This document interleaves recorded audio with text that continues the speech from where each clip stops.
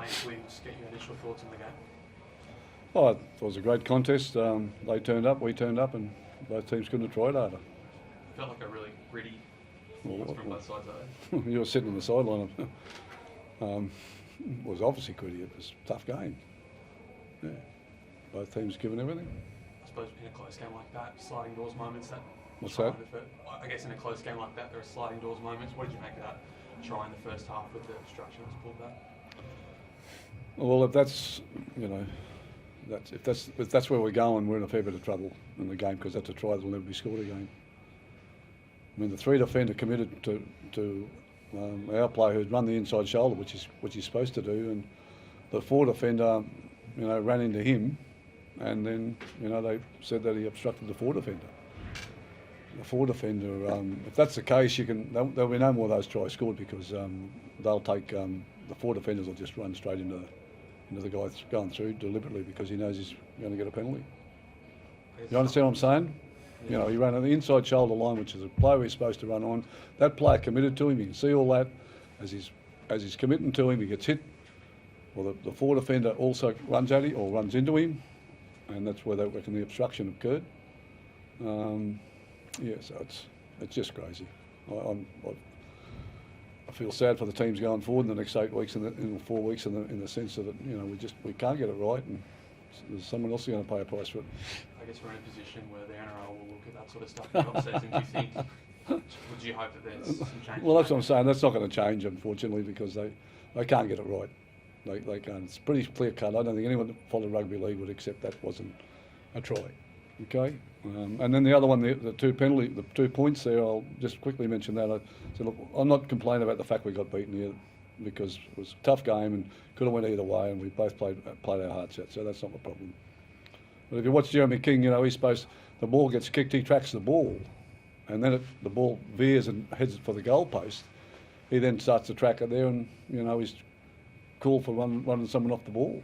You know, like, it just. A bit of common sense is required sometimes, and unfortunately it's not too common.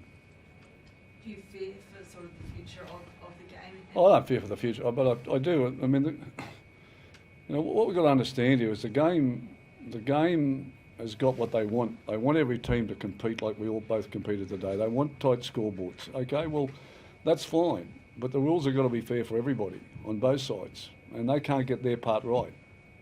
The officials, they can't get it right. And, you know, each week teams are impacted on it. I mean, we shouldn't have been here tonight having a playoff. We should have. It was twice this year that we had tries taken off us in situations which the game admitted to that cost us games. So that's the frustrating part, I think, for all the coaches, is that we can live with the scoreboards, we can live with our players not you know, being perfect. And I understand referees aren't perfect, but we've got this thing called the bunker. And the bunker can see everything. It has every shot you can possibly imagine. I've been inside the bunker. I've seen it. Okay, but the bottom line is humans run it. That's what fails the system. What's the answer? How do we fix it? I think get rid of it. Didn't want to hear that, did you? No.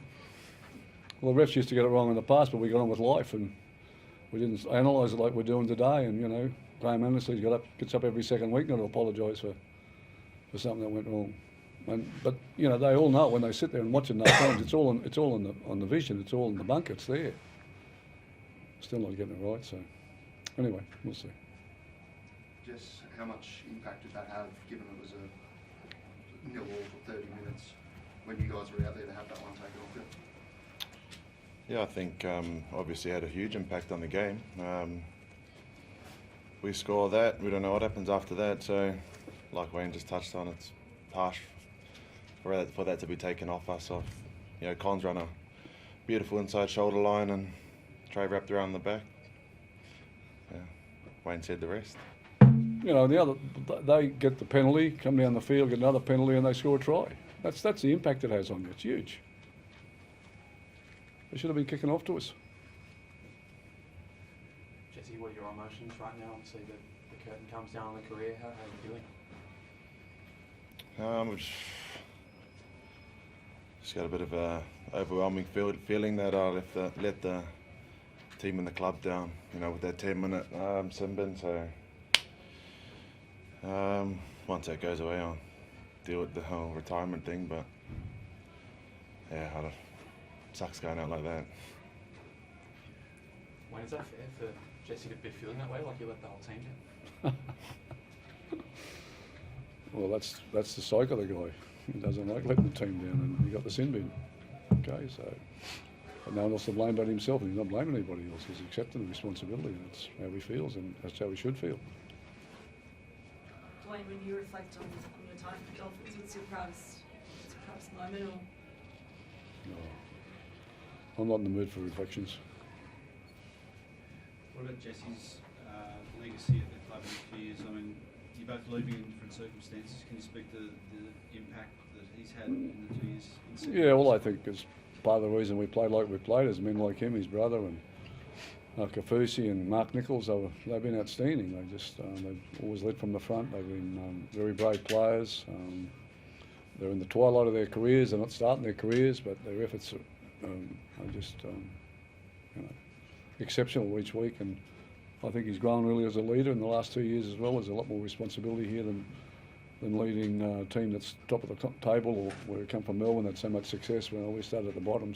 But I think he really grew into the position, and I'm very proud of him. He's a wonderful man, and he's been a great servant to rugby league.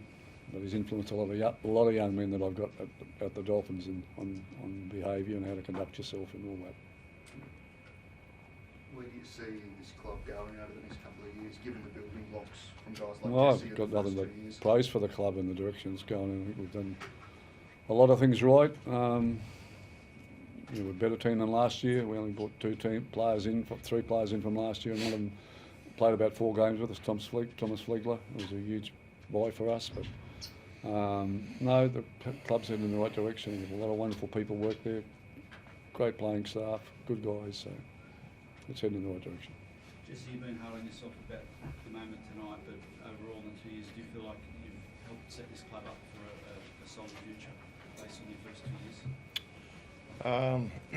I think it's been a group effort. Wayne, certainly from the top down. Wayne from day one, let us know what he wanted, and it was our job as a leadership group to drive those standards, and I feel that we've done that. I think moving forward, Wolfie's got a very good roster on his hands, and I'm excited for the future of the club. I think the fans should be excited. These young guys out there, they're going to be better next year, and we've got a few guys coming in that are going to be good for the club. So I'm excited for the future of the club. Thank you.